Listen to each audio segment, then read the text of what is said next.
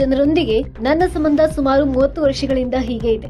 2028ರ ವಿಧಾನಸಭಾ ಕೊರಟಗೆರೆ ಮೀಸಲಾತಿ ಸಾಮಾನ್ಯ ಕ್ಷೇತ್ರ ಆದರೆ ಕೊರಟಗೆರೆ ಕ್ಷೇತ್ರದ ಚುನಾವಣೆಯಲ್ಲಿ ನಾನು ಸ್ಪರ್ಧೆ ಮಾಡುತ್ತೇನೆ ಎಂದು ಮಾಜಿ ಜಿಲ್ಲಾ ಪಂಚಾಯಿತಿ ಸದಸ್ಯ PNK ಕೃಷ್ಣಮೂರ್ತಿ ತಿಳಿಸಿದರು.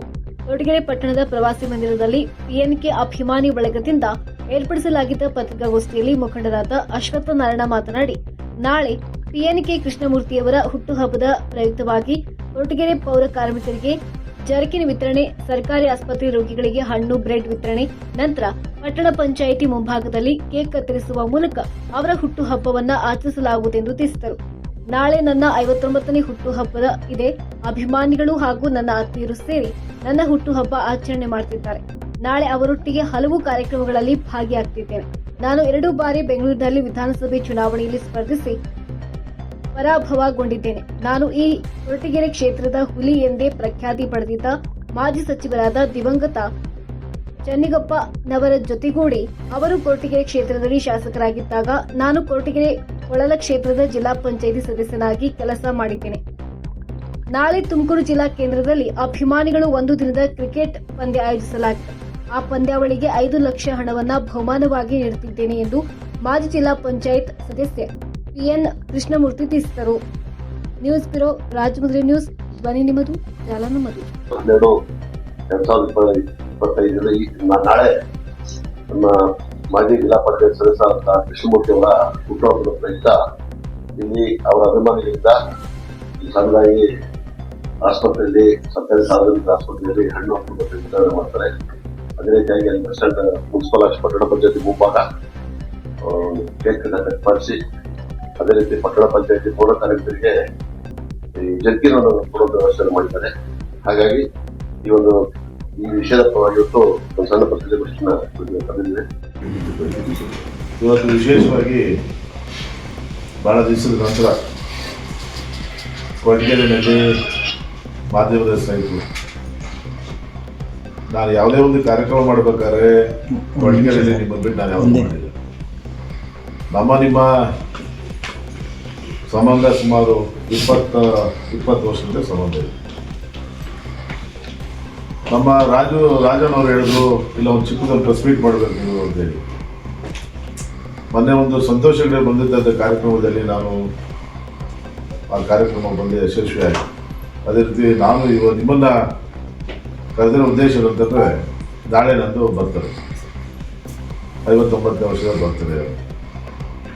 ಮುಂದೆ ಬರ್ತಕ್ಕಂಥ ದಿನಗಳಲ್ಲಿ ಜನಗಳಿಗೆ ಗುರುತಿಸೋದು 28ರಲ್ಲಿ ನಮಗೆ ಈ ಭಾಗದಲ್ಲಿ ಜನರಲ್ ಆಗುತ್ತೆ ಅಂತ ಹೇಳ್ತೇವೆ. ನಾನು 2 ಸರಿ ಬೆಂಗಳೂರಲ್ಲಿ ಹೋಗಿ 2008 ಮತ್ತು 2018ರಲ್ಲಿ ಸೋಲು ಅನುಭವ.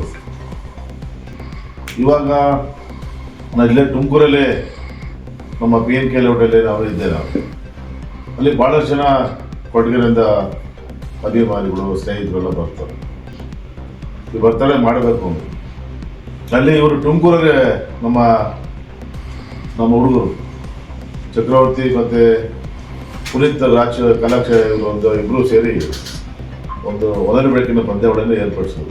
ಇಲ್ಲ ನಾವೇನೇ ಕ್ರಿಕೆಟ್ ಹೋಗಿದೆ, ನಾವೇನೇ ನಿಮಗೆ ಬರ್ತಡೇ ಮಾಡ್ತೀವಿ, ಅಲ್ಲಿ ಗ್ರೌಂಡ್ ಹೊರಗಡೆ ಮಧ್ಯದಲ್ಲಿ ನಿಮಗೆ ಬರ್ತಡೇ ಮಾಡ್ತೀವಿ ಅಂತ ಹೇಳಿದಾಗ ನಾನು ಹೇಳಿದೆ, ಬೇಡ ಅದಕ್ಕೆ ತೊಂದರೆ ಆಗುತ್ತೆ ಅಂತ, ಇಲ್ಲ ಅಲ್ಲೇ ಮಾಡೋದು ಅಂತೇಳಿ ನಾಳೆ ಸಂಜೆ 7 ಗಂಟೆಗೆ ನನಗೆ 1 ಅವರ್ ಟೈಮ್ ಕೊಟ್ಟಿದ್ದೆವು.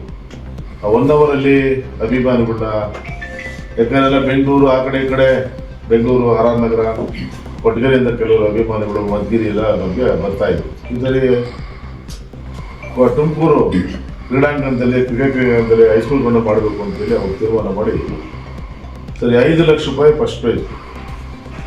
ಆ ಟೂರ್ನಿಮೆಂಟ್ಗೆ 14 ಟೀಮ್ ಭಾಗವಹಿಸಿದ್ರೆ ಅದಕ್ಕೆ ಫಸ್ಟ್ ಪ್ರೈಸ್ ನೀವೇ ಕೊಡಬೇಕು ಅಂತ ಹೇಳಿದ್ರೆ, ಇಲ್ಲ ಅವ್ರು ಕೇಳಿಲ್ಲ ಅಂದ್ರೆ ನಾನೇ ಕೊಡ್ತಾ ಇದ್ದೆ. ಆದರೆ 5 ಲಕ್ಷ ರೂಪಾಯಿನ ಫಸ್ಟ್ ಪ್ರೈಸ್ ಕೊಟ್ಬಿಟ್ಟು ಟೂರ್ನಿಮೆಂಟ್ ನಿನ್ನೆಯಿಂದ ನಡೀತಾ ಇದೆ.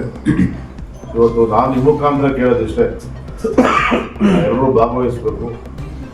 ನಮ್ಮ ತಾಲೂಕಿನ ಎಲ್ಲ ಮಹಾಜನತೆಗೆ ತಾವೆಲ್ಲ ಒಂದು ಮಾಹಿತಿ ಕೊಡಬೇಕು. ಕೃಷ್ಣಮೂರ್ತಿ ಹುಟ್ಟುಹಬ್ಬ ಇದೆ.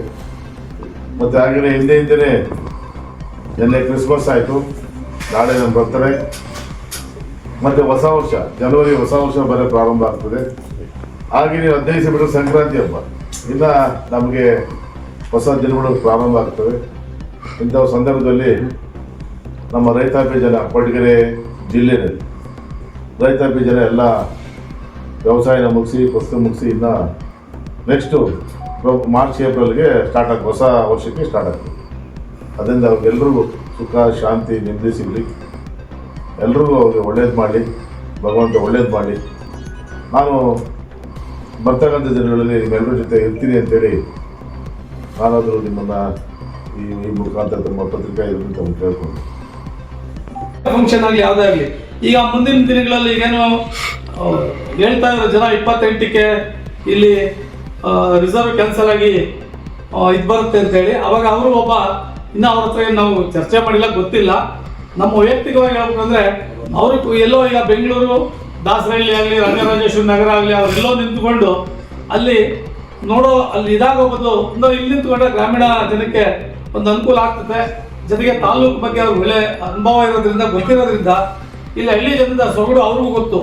ಹಂಗಾಗಿ ಇಲ್ಲಿ ಕ್ಷೇತ್ರದಲ್ಲಿ ಅವರು ಯಾವುದೇ ಪಕ್ಷ ಆಗಿರಲಿ, ಇಲ್ಲಿ ಪಕ್ಷ ಪಾರ್ಟಿ ಲೆಕ್ಕ ಅಲ್ಲ, ಅವರ ವೈಯಕ್ತಿಕ ಅವ್ರು ಎಲ್ಲಿ ನಾನು ನಿಂತ್ಕೊಂಡ್ರೆ ಗೆಲ್ಬೋದು ಅಥವಾ ಎಲ್ಲಿ ನನಗೆ ಒಳ್ಳೆಯ ಸ್ಥಾನಮಾನ ಸಿಗುತ್ತೆ ಅನ್ನೋದು ಅವರು ಬಿಟ್ಟಿದ್ದು. ಆ ಥರ ಅವ್ರು ಬಂದಾಗ ಇಲ್ಲಿ ಅವರ ಜೊತೆಯಲ್ಲಿ ಜನನು ಕುತ್ಕೊಂಡು ಇದು ಮಾಡೋಕೆ ರೆಡಿ ಇರ್ತಾರೆ.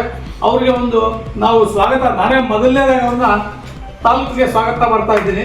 ಅವ್ರು ಬಂದು ಒಳ್ಳೆಯದು ಅಂತೇಳಿ ನನ್ನ ವೈಯಕ್ತಿಕವಾಗಿ ಹೇಳ್ತಾ ಇದ್ದೀನಿ. ಜೊತೆಗೆ ಅವ್ರದ್ದು ನಾಳೆ ಹುಟ್ಟುಹಬ್ಬ ಇರೋದ್ರಿಂದ ಅಡ್ವಾನ್ಸ್ ಆಗಿ ಅವ್ರಿಗೆ ಹುಟ್ಟುಹಬ್ಬದ ಸುಖ ಸಂತೋಷ ಸಮೃದ್ಧಿ ಅವ್ರು ಕೊಟ್ಟು ಕ್ಷೇತ್ರಕ್ಕೆ ಸೇವೆ ಮಾಡೋಂಥ ಭಾಗ್ಯ ಅವ್ರಿಗೆ ದೊರೆಯಲಿ ಅಂತೇಳಿ ತಿಳಿಸ್ತಾ, ನಾಳೆ ಅವರೇನು ಕಾರ್ಯಕ್ರಮ ಹಮ್ಮಿಕೊಂಡಿದ್ದಾರೆ ಅದರಲ್ಲಿ ನಾವು ಭಾಗಿಯಾಗ್ತೀವಿ ಅಂತೇಳಿ ಎಲ್ಲರಿಗೂ ಹೊಂದಿಸ್ತಾ ಇದ್ದೀನಿ. ಜೈ ಹಿಂದ್, ಜೈ ಕರ್ನಾಟಕ.